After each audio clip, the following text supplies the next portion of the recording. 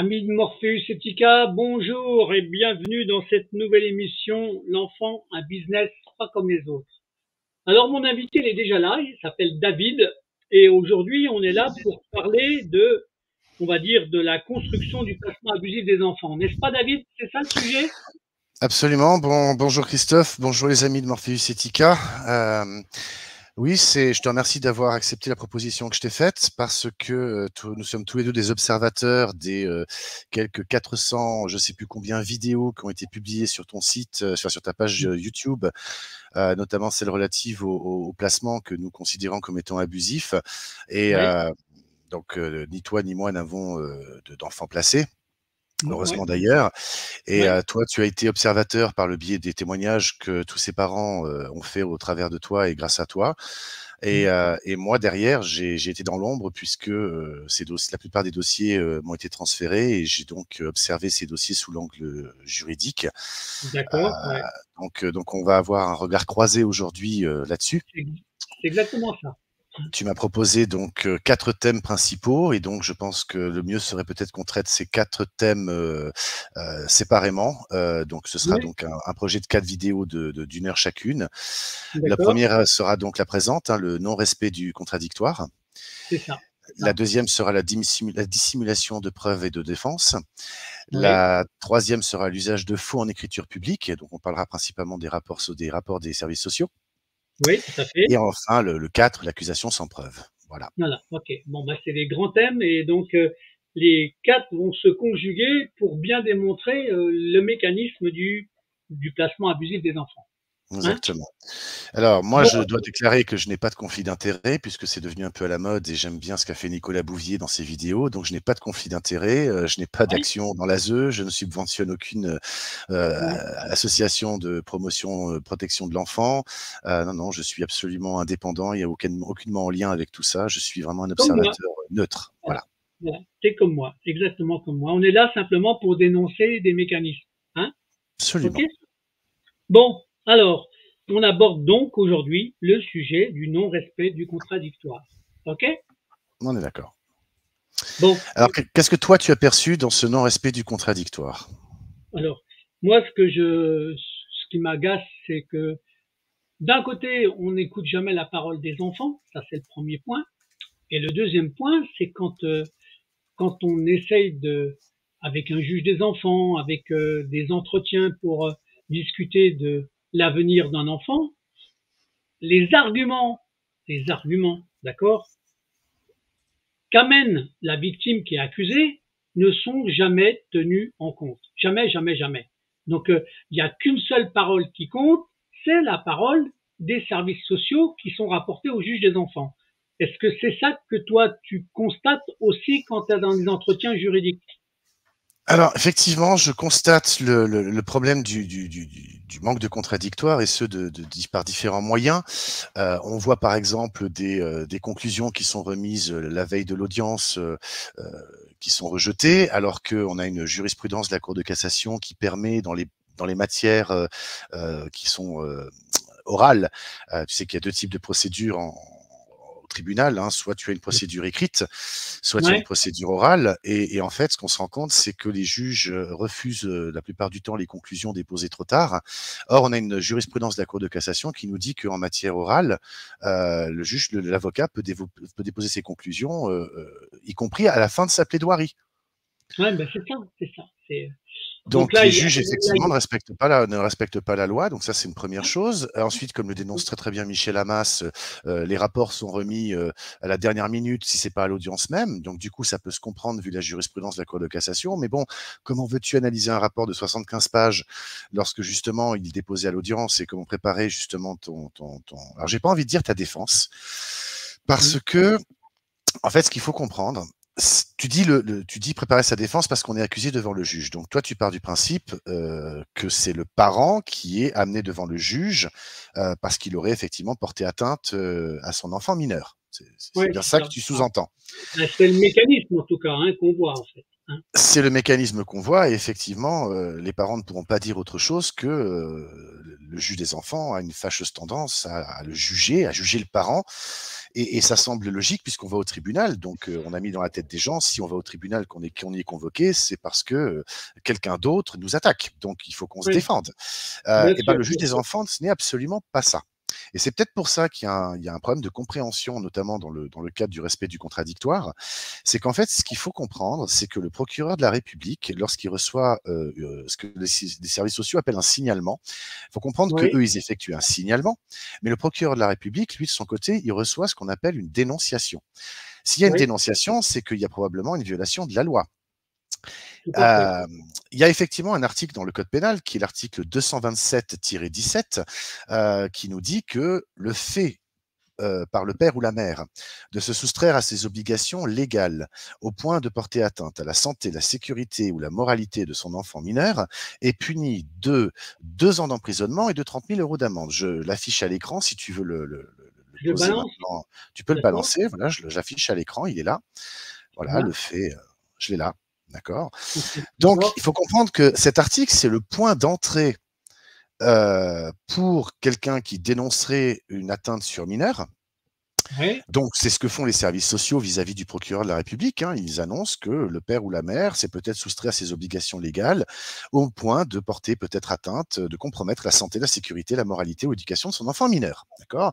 Et si d'accord. on regarde l'article 375 du Code civil, que je vais essayer de t'afficher rapidement, Code civil 375, voilà, c'est celui qui permet au juge des enfants d'être dans le jeu, de prendre le dossier, de se saisir, hein.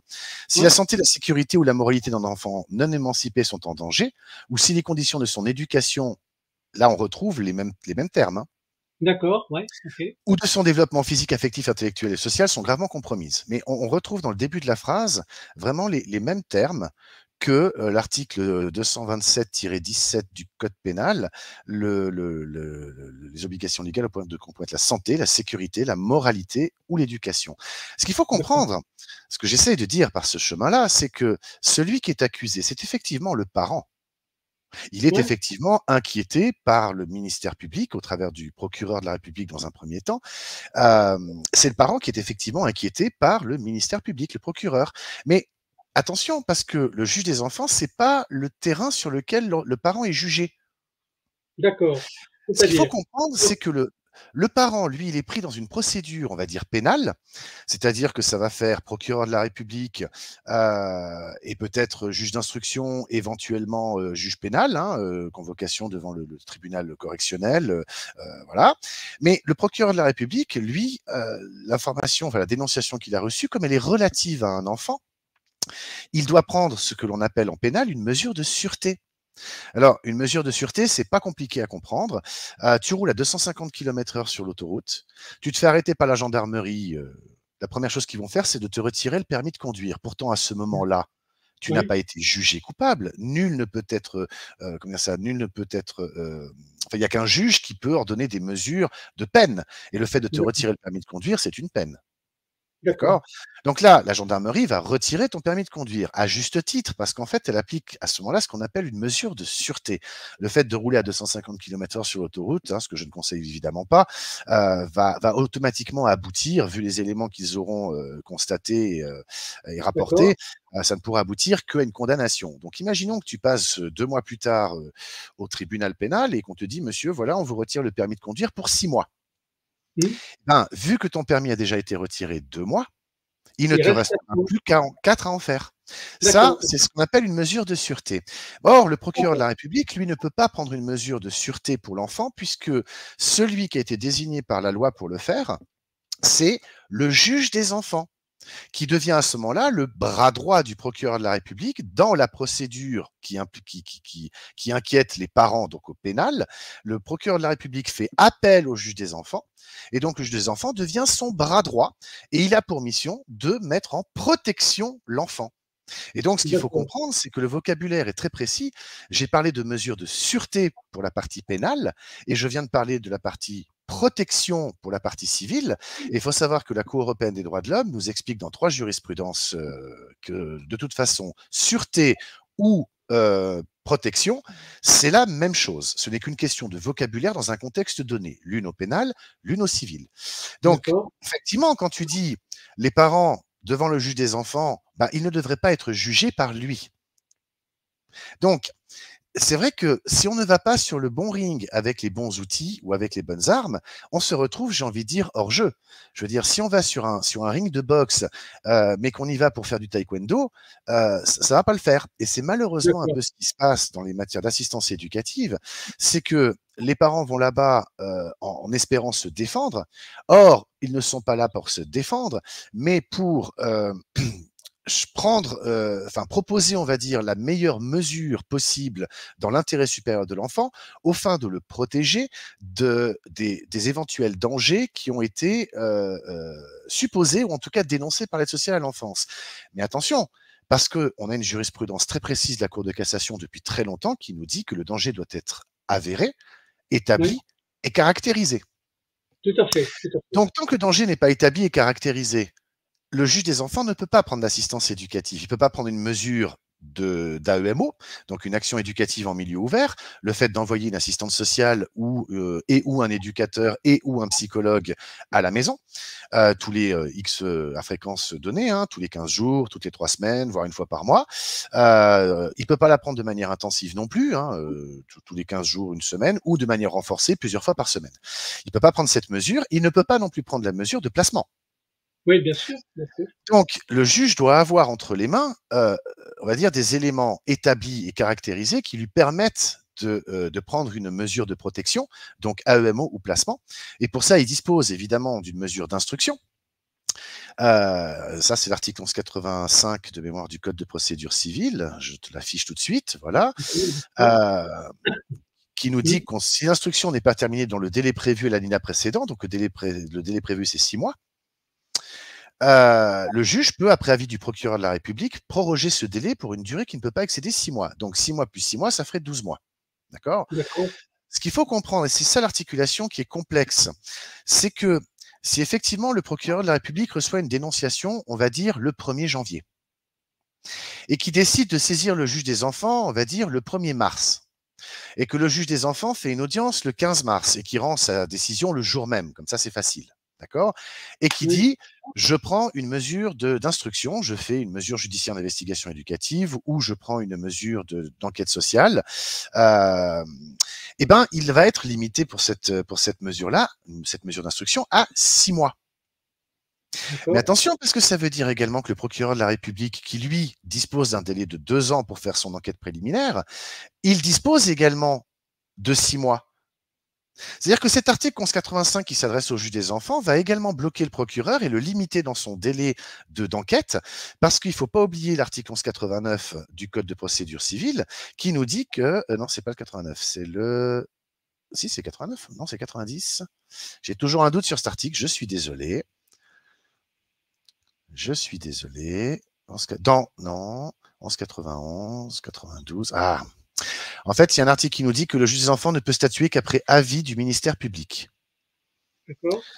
Je dois le retrouver absolument. Je ne sais plus lequel c'est. Voilà. L'affaire est instruite et jugée en chambre du conseil après avis du ministère public. C'est bien l'article 1189. C'est le dernier alinéa. Donc, si tu veux, le D'accord. procureur de la République et le juge des enfants, ils doivent se retrouver à la fin de leur instruction. Quand l'un ou l'autre a terminé, il doit en tenir l'autre informé, et donc rassembler, si tu veux, leurs différentes instructions. Hein, c'est bien marqué en plus un petit peu plus haut. Hein. L'instruction terminée, c'est l'article 1187. Hein. L'instruction terminée, le dossier est transmis au procureur de la République qui le renvoie dans les 15 jours au juge, accompagné de son avis écrit sur la suite à donner ou l'indication qu'il entend formuler à cet avis, cet avis à l'audience. D'accord. OK. Donc le procureur de la République, lui, il n'a pas pour mission de dire je m'en remets à l'ASE. Lui, il a pour mission de dire, moi, on m'a fait une dénonciation au titre de l'article 227-17 du Code pénal. Moi, je dois me faire mon enquête préliminaire. Moi, je dois donc entendre les parents, mener mon enquête. Et donc, forcément, en même temps, je saisis le juge des enfants. Et donc, le juge des enfants, lui, doit lui aussi faire ce qu'il a à faire pour l'enfant. Et donc, à un moment, ça doit se rassembler pour qu'il puisse statuer sur l'avenir de l'enfement. Si les Ouais, choses c'est ne ça. sont pas graves, Ouais. si, C'est des si les choses recoupements, en fait. C'est des c'est des recoupements, en fait. recoupements, absolument. Mmh. Alors, l'article, il faut aller voir l'article 40 du Code de procédure pénale pour comprendre l'histoire. L'article 40 du Code de procédure pénale nous dit donc que le procureur de la République reçoit les plaintes et les dénonciations et il apprécie la suite à donner à leur donner conformément aux dispositions de l'article 40-1. Donc le suivant. Toute autorité constituée, tout officier public ou fonctionnaire, donc les gens du département, les gens de l'aide sociale à l'enfance, qui, dans l'exercice de ses fonctions, lorsqu'il y a une information qui arrive à la CRIP, acquièrent la connaissance d'un crime ou d'un délit. Ah bah le crime ou le délit, c'est l'article 227-17, puisque l'article 227-17 du Code pénal, que j'ai perdu, voilà, regarde dans quelle section il se trouve. L'article 227-17 du Code pénal, il se trouve dans la mise en péril de la santé et de la moralité des mineurs, plus particulièrement dans la mise en péril des mineurs, plus précisément dans l'atteinte aux mineurs et la famille, plus particulièrement des atteintes à la personne humaine, et plus précisément encore des crimes et des délits contre les personnes. Ouais, d'accord. Donc, on est bien dans le cadre d'un crime ou d'un délit. Le fait par le père ou la mère de se soustraire sans motif légitime à ses obligations légales au point de compromettre la santé, la sécurité, la moralité ou l'éducation de son enfant mineur est puni de 2 ans d'emprisonnement et 30 000 € d'amende. C'est un délit. Et donc, toute autorité constituée doit faire part de ce crime ou de ce délit. Il est tenu d'en donner avis sans délai au procureur de la République et de transmettre à ce magistrat tous les renseignements, procès-verbaux et actes qui sont relatifs. C'est ce que fait l'aide sociale à l'enfance quand elle transmet l'information au procureur de la République. Donc, lui, il engage quelque part les parents dans une procédure pénale. Et donc, lorsqu'il estime que les faits qui ont été portés à sa connaissance en application, donc l'article 40-1 du Code de procédure pénale toujours, en application des dispositions de l'article précédent, et que ça constitue une infraction commise par une personne dont l'identité et le domicile sont connus et pour laquelle aucune disposition légale ne fait obstacle à la mise en mouvement de l'action publique, le procureur de la République, territorialement compétent, décide s'il est opportun, et c'est ça qui inquiète les parents normalement, soit il engage des poursuites, soit il met en œuvre une procédure alternative aux poursuites en application des articles bidules qui sont marqués là, qu'on ira voir après, soit il peut classer sans suite la procédure. Alors s'il classe sans suite la procédure, sans suite veut dire qu'il ne peut pas saisir le juge des enfants. Sinon, c'est pas sans suite. D'accord? Oui, Si éventuellement il a déjà saisi le juge des enfants, il doit rendre avis au juge des enfants comme quoi il a classé sans suite a posteriori de sa saisine.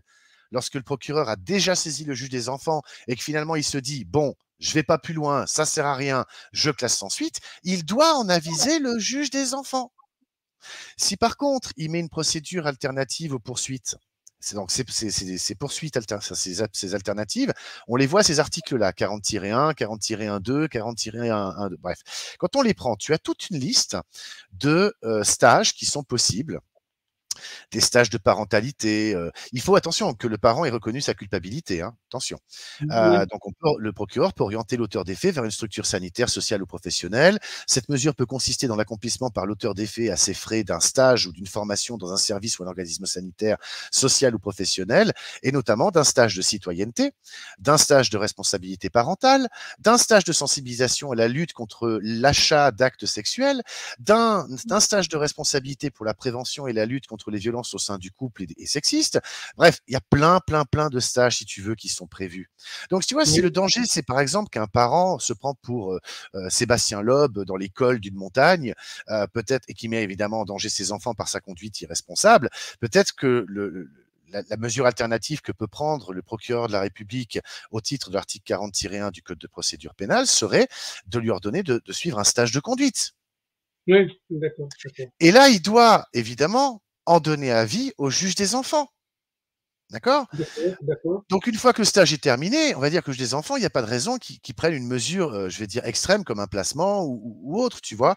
Et si par contre, il considère que les faits sont suffisamment graves, eh ben, le procureur peut engager des poursuites. S'il engage des poursuites, ça veut dire que forcément les parents vont être inquiétés, comme on dit, par le ministère public, qui vont être convoqués, qu'il y aura peut-être des auditions en gendarmerie, qui seront entendues. Alors, à ce moment-là, le procureur, il peut finalement décider de classer sans suite, tu vois. Oui.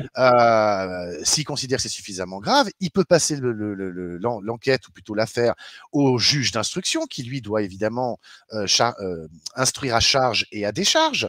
Et une fois qu'il a fait son instruction, bon, bah, soit il fait une ordonnance je crois, de rejet.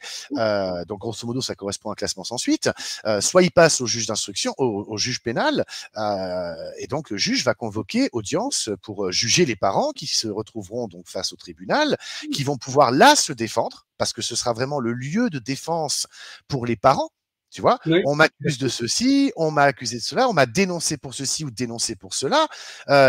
au dossier a été porté certains éléments, peut-être même certaines preuves ou pas, le parent pourra à ce moment-là, si ça va jusqu'à cet extrême, évidemment, pourra apporter ses preuves aussi de son côté. Le juge sera donc confronté à un véritable contradictoire, il va devoir respecter un véritable contradictoire et à la fin juger si oui ou non le parent est coupable des faits commis prévu par l'article 227-17 du code pénal. Et donc, est-ce que le parent a effectivement porté atteinte à la santé, la sécurité, la moralité ou l'éducation de son enfant mineur? Et ce n'est en fait qu'à cette condition que le parent soit condamné, soit Oui, par le juge pénal, soit, on va dire, par le procureur de la République au travers de la procédure alternative aux poursuites. Euh, ce n'est qu'à cette condition que le danger est établi et caractérisé. Et donc, ce n'est qu'à cette condition que le juge des enfants peut à ce moment-là prendre la mesure la plus appropriée à la situation, telle que lui dit la jurisprudence, à savoir qu'il est souverain pour apprécier souverainement la mesure que requiert cette situation. Donc, tu vois, quand d'accord. tu me dis le problème qu'on a, c'est le contradictoire, je suis totalement d'accord avec toi et totalement opposé à cet argument en même temps, parce que ce n'est pas devant le juge des enfants que les parents doivent se défendre. Mais le problème qu'on a en réalité, et c'est pour ça que je te rejoins totalement, c'est que le procureur de la République, j'ai malheureusement constaté dans tous mes dossiers que le procureur de la il faut toujours une exception qui confirme la règle. Je viens de le recevoir. J'en ai effectivement un où le procureur a engagé des poursuites. Mais dans tous les autres dossiers que j'ai eus, le procureur de la République a saisi le juge des enfants et après, il n'a rien fait. Donc, comme il Ouais, n'a rien fait, il n'a aucun avis. Et donc, quand éventuellement on arrive à le pousser à ce qu'il rende un avis au juge des enfants, il va dire je me remets à l'ASE. Mais il peut pas s'en remettre à l'ASE puisqu'il doit faire son boulot de son côté. Donc, c'est à ce moment-là qu'arrive le problème qu'on rencontre et que tu dénonces avec justesse, c'est que du coup les parents arrivent avec tous les éléments de preuve contraires. Et en fait, le problème c'est que le juge des enfants n'est pas là pour juger ça. C'est pas son boulot.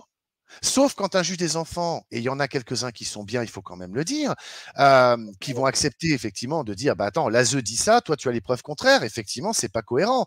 Donc si on t'accuse de ceci et que toi tu prouves le contraire, par exemple, les enfants ne seraient pas vaccinés, tu amènes les certificats de vaccination, ou bien l'ASE dit que les gamins sont pas scolarisés, tu apportes la preuve de scolarisation, ou l'ASE dit que les gamins évoluent en vase clos, alors qu'en fait ils sont constamment en tournoi ou au cirque ou en ouais, activité bien sûr. périscolaire, Ouais, effectivement, c'est pas cohérent. Donc là, le juge va être embêté, si tu veux, un juge, on va dire diligent, va être embêté parce qu'il pourra pas croire le rapport de l'ASE.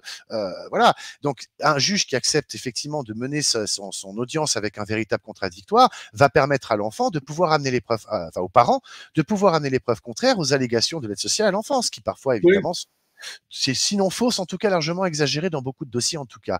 Mais ouais, tu n'as ouais. pas de juge qui fonctionne comme ça. Tu as beaucoup de juges, ils ont le dossier sur le bureau, il faut savoir qu'ils ont 4 ou 5 fois trop de dossiers par rapport à ce qu'ils devraient être en mesure de traiter. Donc ils prennent le dossier, ils regardent, je fais une caricature, ils prennent le dossier, ils prennent le rapport de l'ASE, ils regardent la dernière ligne, c'est marqué faux placé, ils arrivent à l'audience, c'est un simulacre et à la fin de toute façon c'est placé. Michel Hamas a même dénoncé que dans un dossier, le jugement était déjà imprimé. Je ne sais pas s'il était déjà signé et tamponné, mais il était déjà imprimé 5 minutes avant l'audience. Il était dans le dossier que Michel Hamas avait vu dans le dossier du greffe. D'accord. Donc, il a pu démontrer que l'audience était un simulacre, la décision ayant déjà été prise. Tu vois. C'est Donc, grave, hein, quand même. C'est grave, hein. c'est très très grave. C'est très très grave. Donc, c'est pour ça que je te rejoins totalement. Tu as raison. Il y a un problème de contradictoire. Premièrement, parce que c'est pas le bon ring. Oui, Quoique ça devrait l'être au minimum, parce qu'il en dépend quand même le placement de l'enfant ou au mieux une oui, AEMO, tu vois. Donc oui, sur cette partie du contradictoire, je te l'accorde entièrement, on a un véritable problème, sans parler évidemment du fait que les rapports ne sont pas transmis aux parents. oui, ben, c'est ça. C'est ça. Ok. Là, je pense qu'il faut que je te passe un peu la main, parce que sinon je vais monopoliser la discussion et c'est pas le Non, but. non, mais c'est, en fait, toi, tu constates sur le plan juridique les choses que moi je dénonce, on va dire, par rapport à mes témoignages, d'accord, hein, c'est, moi je donne la parole à des gens, les gens exposent ce qu'ils subissent, la manière dont c'est amené, la manière dont on les juge, dont on les accuse, et moi, à chaque fois, je constate la même chose. C'est-à-dire que la parole des parents qui essaient de se défendre, on ne l'écoute pas. Donc pour moi, c'est le viol du contradictoire. Voilà, c'est tout. On s'appuie exclusivement sur le rapport des services sociaux, et quand les parents amènent justement des preuves contraires, eh ben les juges n'en tiennent jamais compte. Alors, à quoi c'est attaché?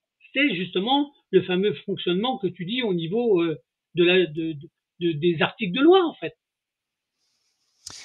Alors, il y a ça d'une part. Il y a une vieille tradition en fait en France. Ça, c'est pas moi qui le dis, hein, c'est le rapport du Sénat de juillet 2023 qui nous dit que, bah tiens, je vais essayer de te l'afficher à l'écran parce que je sais qu'il est sur une page web.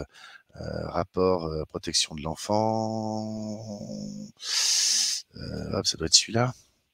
Juillet 2023. Alors non, alors rapport Sénat juillet 2023. Hop, sur la protection de l'enfant. Voilà, sur l'application des lois réformant la protection de l'enfant. Le rapport le dit à plusieurs endroits. On peut le voir j'aimerais le voir en page web. Le rapport. Et il arrive en page web, c'est parfait. Je crois qu'il y a le mot tradition ou un truc comme ça. Dans ce rapport-là, en fait, il est indiqué qu'il est une vieille tradition en France que de toujours solliciter le juge des enfants parce que c'est beaucoup plus sécurisant pour l'administration. Donc, il faut savoir que l'aide sociale à l'enfance est un service non personnalisé qui est placé sous l'autorité du président du conseil départemental. Donc, ça veut bien dire ce que ça veut dire. C'est non personnalisé. Donc, si tu veux, c'est un petit peu comme dans une entreprise. Si on a besoin d'un département de comptabilité, on va créer un département de comptabilité. Mais ce département de comptabilité, c'est pas une personne juridique en tant que telle. C'est voilà, Oui, c'est juste un organe du département, tu vois, enfin de l'entreprise. C'est juste un service de l'entreprise sans personne juridique propre. L'aide sociale à oui, l'enfance, c'est effectivement un service du département sans personnalité juridique qui est placé sous l'autorité du président du conseil départemental. Donc, si tu veux, eux, ce qu'il faut comprendre, c'est que ces gens-là, ce sont des fonctionnaires. oui, oui, Ce sont oui. des fonctionnaires. Ils sont donc de l'ordre administratif. Tu vois. Et comme ils sont de l'ordre administratif, ils ont tout un ensemble de règles qui leur incombent, et donc ils peuvent pas faire ce qu'ils veulent, n'importe quoi, n'importe quand, n'importe comment. Tu vois, ils peuvent pas le faire. Ils sont censés en plus faire preuve de probité. Tu vois. Or, le rapport du Sénat nous apprend plusieurs choses. Elle nous apprend qu'il y a une vieille tradition en France de saisir le juge des enfants pour tout et pour rien. Voilà. Et ça, c'est vrai que c'est dramatique parce que si tu veux, cette culture, elle remonte à très très loin, mais vraiment très très loin. Quand tu étudies le droit pénal, l'histoire du droit pénal, tu t'aperçois que au XVIIIe siècle, il y avait la puissance paternelle, et cette puissance paternelle, lorsque l'enfant ne respectait pas les règles de la maison, n'obéissait pas au père, le père pouvait tout à fait prendre le gamin, l'amener à la prison la plus proche, faire toc toc à l'entrée, puis confier le gamin à la prison pendant quelques jours. Tu vois, plus tard, on a basculé de la puissance paternelle à l'autorité parentale, d'où d'ailleurs, entre autres, l'ordonnance de 1945 qui d'ailleurs aujourd'hui est abrogée, qui est l'ordonnance qui a créé le juge des enfants tel qu'on le connaît aujourd'hui. D'accord. C'est l'ordonnance 45-174 que j'affiche maintenant à l'écran, euh, voilà, qui était relative à l'enfance délinquante. D'accord, ok, Ah. ok. Donc, si tu veux, depuis ce moment-là, effectivement, à chaque fois qu'il y avait une situation où un enfant prenait un mauvais chemin ou avait réalisé des actes délictueux, voire criminels, hein, mais en tout cas délictueux, l'enfance étant délinquante, on discutait pas, on prenait les gamins, on le retirait automatiquement de sa famille, on le plaçait à l'aide sociale à l'enfance, qui s'appelait pas comme ça à l'époque. Le parent perdait, j'ai envie de dire presque automatiquement, son autorité parentale parce qu'il n'était donc pas en mesure d'élever son enfant. Et donc, c'est une vieille tradition, si tu veux, que de prendre l'enfant, le placer à l'ASE et priver les parents de leur autorité parentale de fait. Parce qu'aujourd'hui, ils n'en ont plus le pouvoir. Ils n'en ont plus le pouvoir du tout. D'accord. Tu prends l'article 375-7 du Code civil, c'est le premier alinéa. Hein.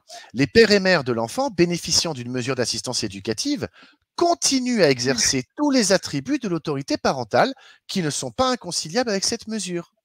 Donc, il n'appartient pas à l'aide sociale à l'enfance de déscolariser, rescolariser les gamins, de choisir leur médecin, de choisir ou pas le sport qu'ils feront. C'est pas à eux qu'appartient ce pouvoir, puisque ce sont L'autorité des parentale, attributs oui, ce sont des attributs de l'autorité parentale. Il appartient donc au père et aux mères de continuer à exercer cette autorité parentale. D'accord. C'est-à-dire l'inscription des gamins à l'école, l'inscription des gamins au sport, aux activités périscolaires, je sais pas moi, la musique. Il appartient encore aux parents de prendre les rendez-vous chez les médecins, donc de prendre soin aux enfants, tu vois. Mais en fait, ça, c'est les textes d'aujourd'hui. Or, Oui, si tu veux, le problème qu'on a depuis l'ordonnance de 1945, c'est que bien qu'il y ait eu passablement de modifications dans le temps, parce que depuis l'ordonnance de 45, il y a eu beaucoup de choses. On a eu la Déclaration universelle des droits de l'homme en 1948. On a eu la Convention européenne des droits de l'homme en 1950. On a eu une nouvelle constitution en 1958. oui, On a eu ensuite les pactes de New York, donc le pacte international relatif aux droits civils et politiques, et l'autre qui est le pacte international relatif aux droits économiques, sociaux et culturels, qui sont donc les deux pactes qu'on appelle les deux pactes de New York en 1966. Ces deux pactes qui rendent contraignant vis-à-vis des États la Déclaration universelle des droits de l'homme. Tu vois, oui, on a eu ensuite, en 1980, si je me trompe pas, c'est 80, on a eu quand même la Déclaration des droits de l'enfant. En 1990, on a eu la Convention internationale des droits de l'enfant, que j'affiche maintenant à l'écran, tu vois, qui est très très importante parce que cette convention, elle trône au sommet de la hiérarchie des normes, au sommet de la pyramide des normes. C'est le texte le plus élevé en droit de l'enfant, donc en protection de l'enfant aussi, tu vois. La France en est non seulement signataire, mais également elle l'a ratifié, elle l'a publié au Journal officiel de la République française. Donc ce texte, il est là, il s'impose, tu vois. Euh, donc on a eu ce texte en 1990 qui est entré en vigueur en France en 90. On a eu en 2007, faut pas oublier qu'en 2007 on a eu la révision de la DAS en ASE, oui, c'est la ça. Oui. fameuse la fameuse loi de 2007 qui a transformé, elle a fait beaucoup de choses cette loi d'ailleurs, elle n'a pas fait que de transformer la DAS à l'ASE. Hein. Alors déjà le premier point important c'est elle a transféré si tu veux le elle a transféré, si tu veux, l'aide sociale à l'enfance des mains de la DAS, qui était, si tu veux, la direction départementale des affaires sociales. Ouais, Elle les a transférés au Conseil général, tu vois. d'accord. Ensuite, donc ça c'était en 2007. Ensuite, tu as eu en 2015 la loi dite NOTRe qui a redécoupé les départements, les régions, tutti quanti.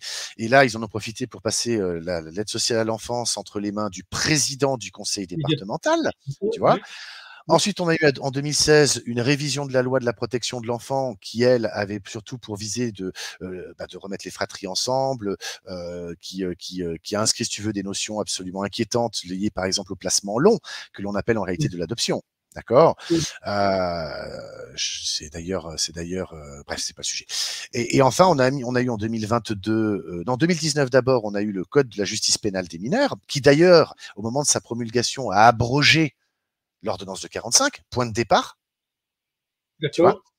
Donc, on a ce code de la justice pénale des mineurs qui est maintenant là. Et puis, 2022, la loi Taquet, tu vois. Oui, Donc, il y a eu quand même beaucoup d'améliorations, si tu veux, entre le point de départ où le juge des enfants avait pour mission, on va dire, c'était relatif, on va dire, à l'enfance délinquante. On voit qu'il y a eu quand même beaucoup d'évolutions, en ce sens qu'aujourd'hui, l'enfant doit être protégé, puisqu'il a des droits de l'enfant. Les droits de l'enfant sont nos obligations à nous, les parents, mais aussi les obligations de l'État. oui, Tu comprends? oui, mais là, tu dois bien constater quand même qu'il y a plein de lois, plein de règles, plein de droits qui ne sont pas respectés.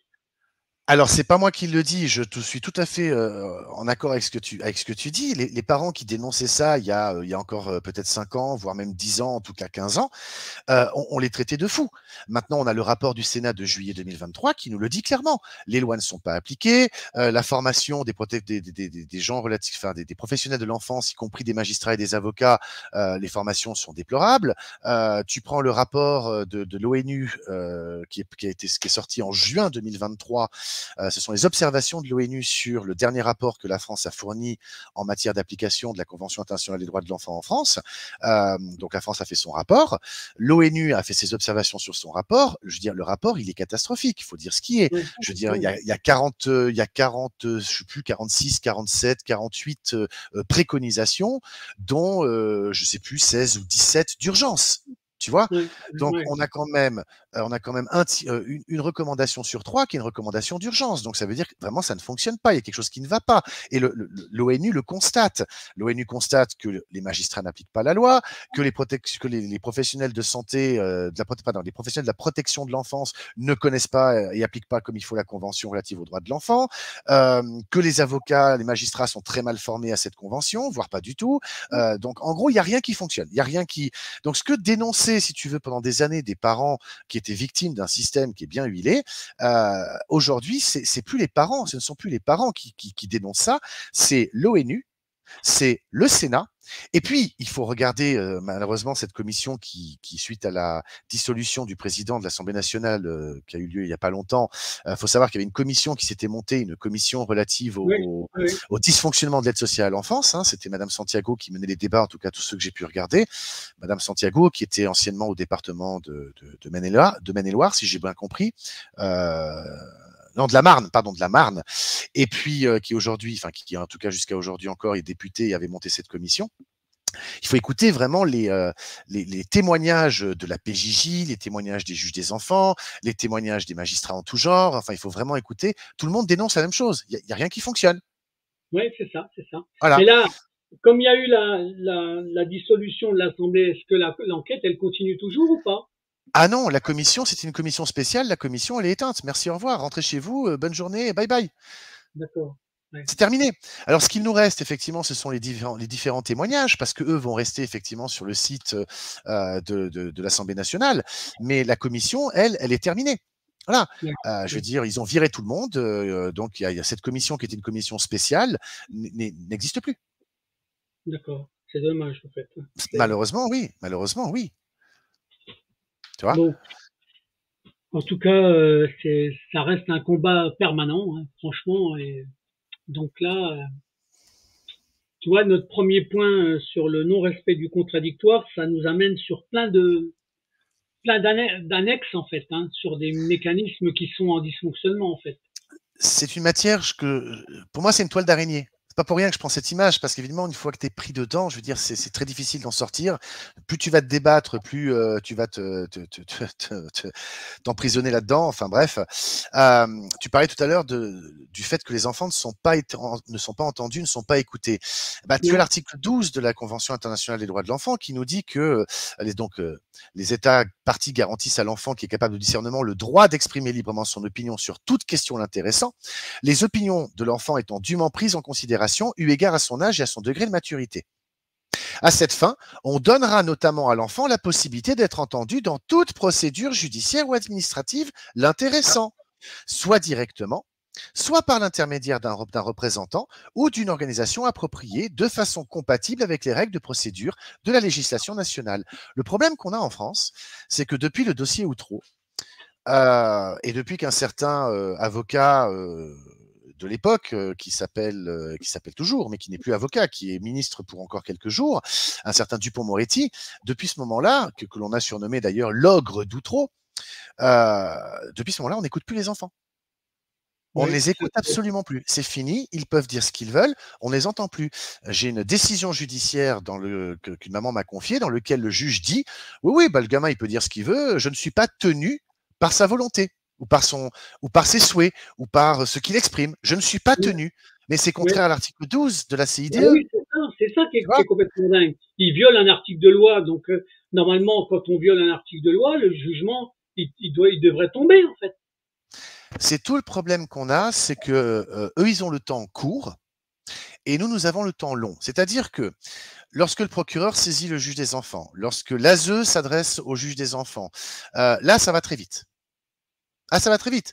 Je veux dire, c'est grosso modo 15 jours. Lorsque l'enfant est déjà placé ou qu'il y a une mesure d'AEMO qui est en cours et que l'aide sociale à l'enfance envoie un email au juge des enfants ou passe un coup de fil au juge des enfants, j'exagère un peu, mais en l'espace en 15 minutes, il a son ordonnance. Ouais. Toi, tu fais une requête, et Michel Hamas l'explique très bien dans ses dénonciations. Hein. Je veux dire, pour les anniversaires, pour les Noëls ou pour les vacances ou autres, il écrit, je sais plus, 1200, 1300, 1400 courriers. Tu vois, il a quoi? Il a, je sais plus, 20, 30 réponses. Oh, putain. Voilà. Donc les juges ne répondent pas. Les juges ne répondent pas. Alors, ils vont argumenter. Alors ça, faut voir le rapport du syndicat de la magistrature. C'est effarant. Le syndicat de la magistrature a posé donc des questions. Ils ont fait un sondage. Ils ont fait un sondage donc je l'affiche à l'écran là maintenant, hein, pour que vous ayez le lien. Je pourrais pas l'afficher parce que je crois que il va pas m'ouvrir dans le navigateur. Non, il va pas m'ouvrir dans le navigateur. Donc le syndicat a posé un lot de questions à tous les juges par le biais de la messagerie interne du ministère de la Justice, et je crois qu'il y a que 30% des juges qui ont répondu. Donc sur 1000, je vais dire 1200 juges des enfants, il y en a un peu moins, mais je crois qu'on est dans ces eaux-là.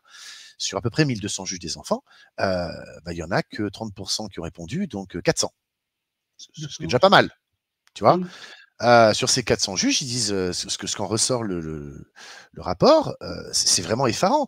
Ils disent en tout cas que ils violent la loi. Alors ils violent la loi pourquoi? Ils violent la loi parce qu'ils prennent des décisions sans avoir entendu les parents et ou l'enfant. Alors ça, effectivement, c'est effarant parce que on revient de nouveau sur le code de procédure civile qui est la clé, hein. Il faut bien suivre la procédure. Dans le code de procédure civile, il est bien inscrit que de toute façon, le juge, il doit entendre les parents. Voilà, à l'audience, le juge entend le mineur, ses parents, tuteurs ou personnes ou représentants du service à qui l'enfant a été confié, ainsi que toute autre personne dont l'audition lui paraît utile. Ouais. Il peut dispenser le mineur de se présenter, etc. Les conseils des parties sont entendus en leur observation et l'affaire est instruite et jugée en chambre du conseil après avis du ministère public. D'accord? Alors, on apprend grâce, si tu veux, au Conseil supérieur de la magistrature, au syndicat supérieur de la magistrature, dans le cadre de ce rapport, que le juge ne peut pas prendre de décision sans avoir tenu audience. D'accord, oui, mais ça c'est. Et oui, Ouais, c'est absolument dingue. Alors écoute, je vais te balancer un scoop parce que dans les travaux que je suis en train de mener, je crois avoir trouvé quelque chose qui est extrêmement important à comprendre. Dans tous les dossiers que j'ai pu analyser, je me suis aperçu que tous les juges des enfants, sans exception, dans mes dossiers, hein, ouais. tous les juges des enfants, sans exception, et j'ai des dossiers partout en France, tous les juges des enfants, sans exception, sont des vice-présidents du tribunal. C'est-à-dire? Ils sont vice-présidents du tribunal. Alors, je me suis posé la question, comment ça se fait qu'un jeune juge qui vient de sortir de l'École nationale de magistrature se retrouve immédiatement à sa prise de fonction en tant que juge des enfants, immédiatement, hein, il est vice-président du tribunal. Ça te paraît pas étrange? Tu as des juges qui sont là depuis un certain temps et qui ne sont pas vice-présidents du tribunal. Mais le juge des enfants, dès qu'il est nommé, il est vice-président du tribunal. Et ça appartient qu'au juge des enfants. Alors, non, c'est pas ce que je te dis. Ce que je te dis, moi, c'est que j'ai constaté dans tous mes dossiers que les juges des enfants sont tous, sans exception dans mes dossiers, sont tous des vice-présidents du tribunal. Et moi, ça m'a interpellé. Bah oui, alors, mais c'est pourquoi ils ont ce statut-là, en fait. Eh ben, écoute, en voilà ce que j'ai découvert. Il se trouve dans un tribunal, c'est dans le code de l'organisation judiciaire, je crois. Il se trouve que dans un tribunal, il y a un juge qui s'appelle le juge des référés. C'est une fonction. Et cette fonction, juge des référés, elle est endossée par le président du tribunal. D'accord. Donc, j'en déduis que, puisque le juge des enfants, y compris ces jeunes juges qui viennent de sortir de l'École nationale de magistrature et qui deviennent immédiatement juges des enfants en premier job au tribunal, hein, en première fonction, vu qu'ils sont automatiquement, en tout cas de mon point de vue, de mes observations, vu qu'ils sont automatiquement tous vice-présidents, eh ben je ne peux en faire qu'une seule conclusion, et ce n'est pas écrit dans les textes, c'est une déduction. Par assemblage, si tu veux, par lecture des textes et par déduction, j'en déduis que le juge des enfants est un juge de référé. Et ça me semble logique et évident. Pourquoi? Mais parce que quand tu vois que c'est l'article 375-2 ou 3 du Code civil, lorsque tu vois que lorsque le procureur de la République qui prend une ordonnance de placement provisoire, il il doit communiquer le dossier au juge des enfants dans les 8 jours, et ce dernier, il doit tenir audience dans les 15 jours, enfin 14, dans les 15 jours qui suivent l'ordonnance de placement provisoire. Non, c'est pas le 375, c'est avant, dans le code de procédure civile. Et donc, tu vois, une telle urgence, il faut forcément être un juge de référé. Tu vois? D'accord, ouais, d'accord. Et quand tu vois que l'aide sociale à l'enfance, voilà, c'est ici, lorsque le juge est saisi conformément aux dispositions du second alinéa du 375 du Code civil par le procureur de la République ayant ordonné en urgence une mesure de placement provisoire, il convoque les parties et statue dans un délai qui ne peut excéder 15 jours à compter de sa saisine, faute de quoi le mineur est remis sur leur demande à ses parents, tuteurs ou à la personne ou le service à qui il était confié. Donc, pour pouvoir agir aussi vite que ça, il faut être un juge de référé. D'accord, ouais. D'accord? Et comme le code de l'organisation judiciaire octroie au juge des enfants l'exclusivité de l'assistance éducative, d'accord? Il ne peut pas y avoir, comme par exemple en matière de divorce, tu sais que tu vas divorcer, le temps justement que l'affaire se mette en place, se mette en état, comme on dit, il y a un juge de la mise en état. Ouais, c'est Tu ça. vois, j'ai envie de dire, c'est un juge suppléant, c'est un juge qui assiste, qui prépare le dossier pour que le juge aux affaires familiales, quand le dossier lui arrive sur le bureau, il est finalisé, il est en état et il n'y a plus qu'à juger. Tu vois? D'accord. Donc, le juge des enfants, lui, il est un juge de référé. Il y a que lui qui a et en plus, il est exclusif sur l'assistance éducative. Il y a que lui qui a le pouvoir de gérer l'assistance éducative. Donc, c'est un juge de référé et c'est logique. Quand tu prends le droit international, notamment la Convention de La Haye de 1990 ou même les accords de Bruxelles 2 bis, qui sont des accords qui sont relatifs à l'enlèvement d'enfants à l'international. D'accord? Oui, Dans ces textes-là, on te dit bien que les affaires relatives aux enfants doivent être traitées avec célérité. Et la célérité, c'est pas compliqué, c'est en urgence. oui, d'accord. Tu vois? Donc, il est logique, si tu veux, que le juge des enfants soit un juge de référé. Alors là, on commence à avoir un problème fondamental que les juristes et avocats vont comprendre plus facilement. Si c'est un juge de référé, il ne peut pas rendre de jugement. Il ne peut D'accord, rendre que des ordonnances. d'accord. Ça, c'est très important à comprendre parce que le juge des enfants n'est pas un juge de fond. Alors, le fond, c'est quoi? C'est le fond de l'affaire. Le fond de Oui, l'affaire, je rappelle qu'au départ, c'est le parent qui a été dénoncé au procureur de la République pour des faits d'atteinte sur mineur. D'accord? oui, oui, Donc, l'affaire au fond, c'est le procureur qui l'a éventuellement passé au juge d'instruction, éventuellement passé au tribunal correctionnel, donc éventuellement en passe d'être jugé à un moment ou à un autre. C'est ça l'affaire au fond. Est-ce que oui, monsieur et ou madame ont porté atteinte à la santé, la sécurité, la moralité ou l'éducation de leur enfant mineur? C'est oui, ça le fond de l'affaire, tu vois? Et c'est d'autant plus dingue que la Cour de cassation nous le dit. Regarde, cette jurisprudence est très connue des avocats, notamment en droit familial, parce que c'est celle qui a remis la primauté du juge aux affaires familiales sur le juge des enfants. D'accord? oui, Et donc, la Cour de cassation ne s'y est pas trompée. Regarde ce qu'elle nous a écrit entre virgule au point 9. Elle nous met entre virgule le mot provisoire. Je vais lire la phrase. En conférant un pouvoir concurrent au juge des enfants. Le pouvoir concurrent, c'est concurrent au juge aux affaires familiales. Parce que le juge aux oui, affaires familiales a également la capacité de protéger l'enfant, dans le cadre évidemment d'un conflit parental. Il est le seul exclusif capable de pouvoir trancher de cette affaire. Le juge des enfants ne l'est pas. La Cour de cassation nous le répète régulièrement. Il n'y a que le juge aux affaires familiales qui peut trancher d'un conflit parental. Et la mesure de protection qu'il peut prendre vis-à-vis de l'enfant, c'est de lui attribuer le lieu de résidence chez un parent et les droits de visite et d'hébergement de l'autre parent. D'accord? d'accord. C'est la capacité du juge aux affaires familiales de trancher dans le cadre d'un conflit parental. Je reviendrai là-dessus après parce que le procureur devrait saisir le JAF, mais il ne le fait pas, mais je prendrai ce point-là après. C'est pour ça que je te dis c'est toujours en étoile. Donc j'étais sur le juge des enfants, c'est lui qui a un pouvoir concurrent. D'accord? Donc en conférant un pouvoir concurrent au juge des enfants, quand l'intervention de celui-ci, virgule, provisoire, et par principe limité aux hypothèses où la modification des modalités d'exercice d'autorité parentale est insuffisante à mettre fin à une situation de danger.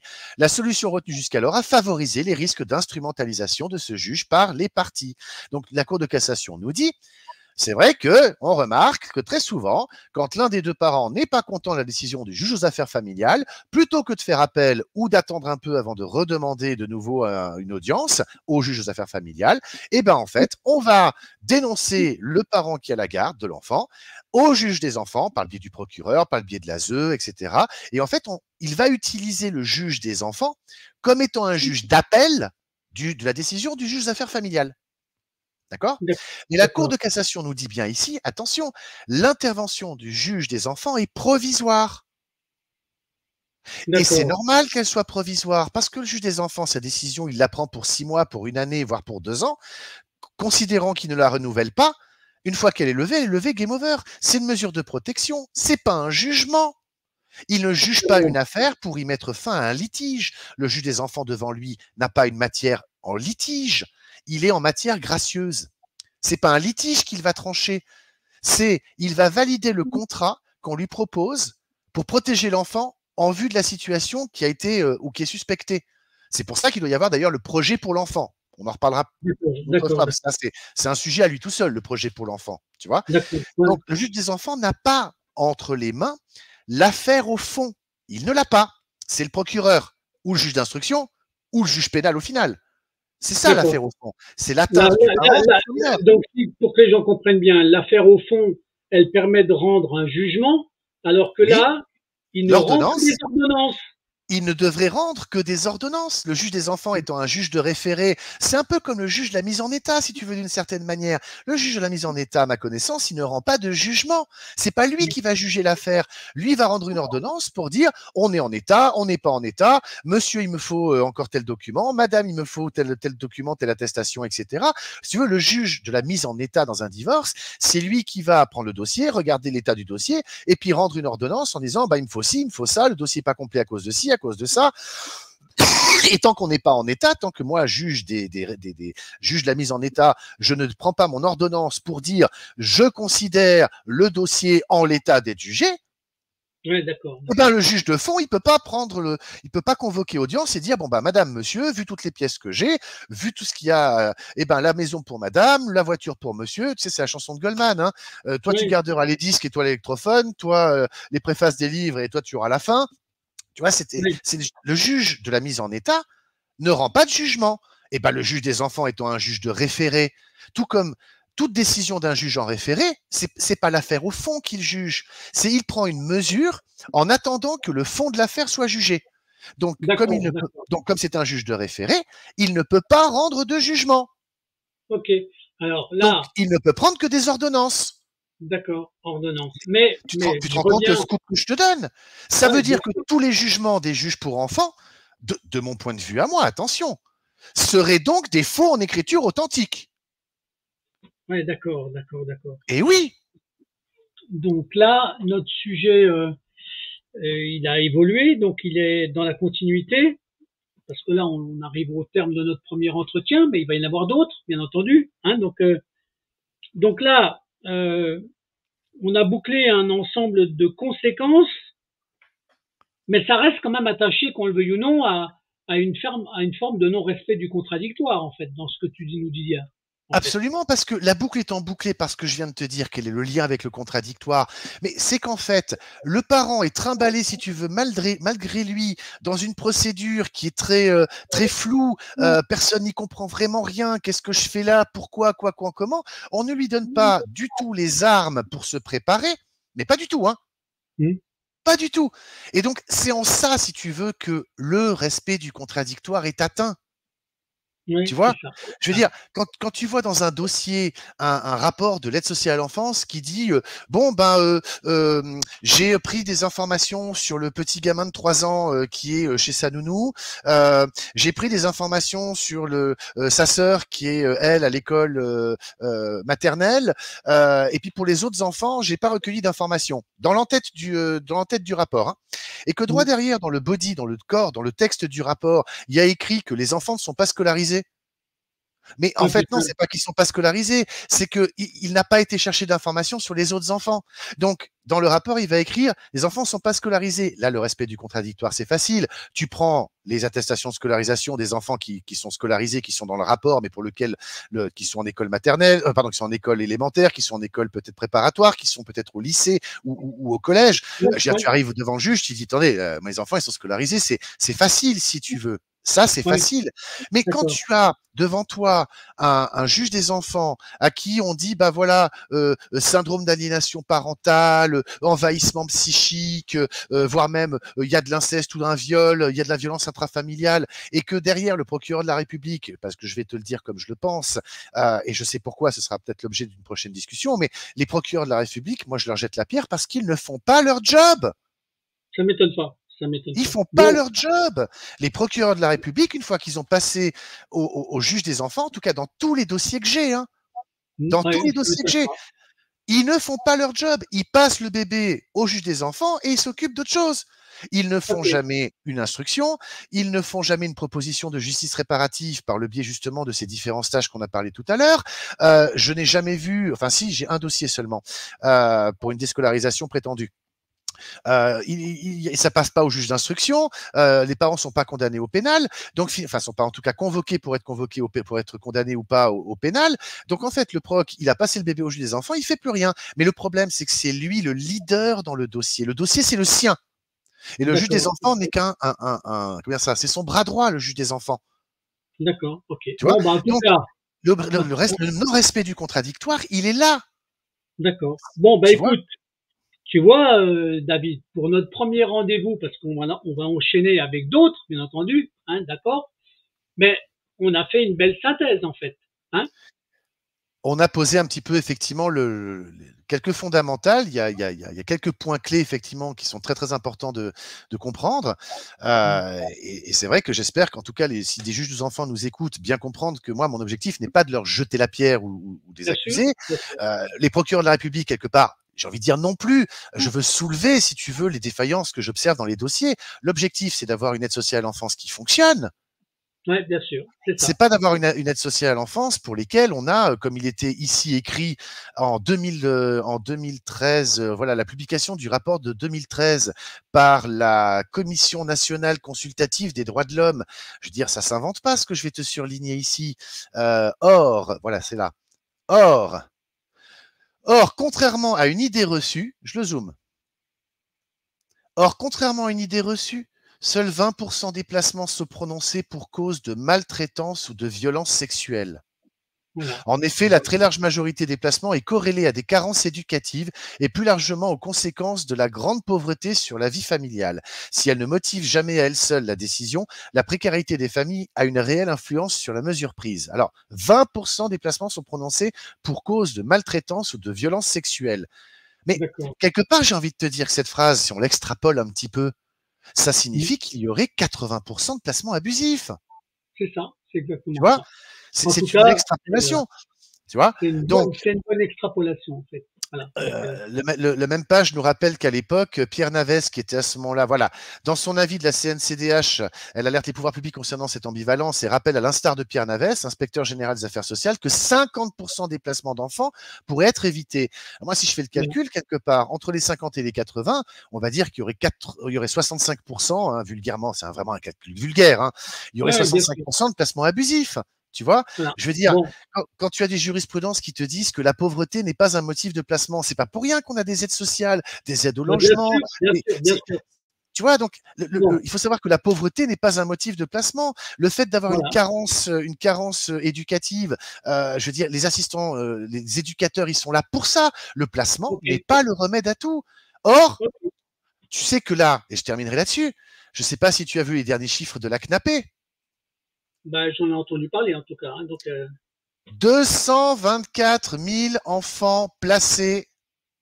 On est ouais. passé de 150 000, je crois que c'est celui-là, je sais plus où je l'ai vu, j'aurais dû le préparer, c'est pas grave. C'est pas grave. Euh, Il leur sortira dans un autre témoignage, parce qu'on a encore voilà, des rendez-vous, on a d'autres rendez-vous, en fait, hein. on est passé de 150 000 enfants placés mentionnés donc dans le rapport du Sénat de juillet 2023, c'était les chiffres de décembre 2022 de mémoire, d'accord? Oui.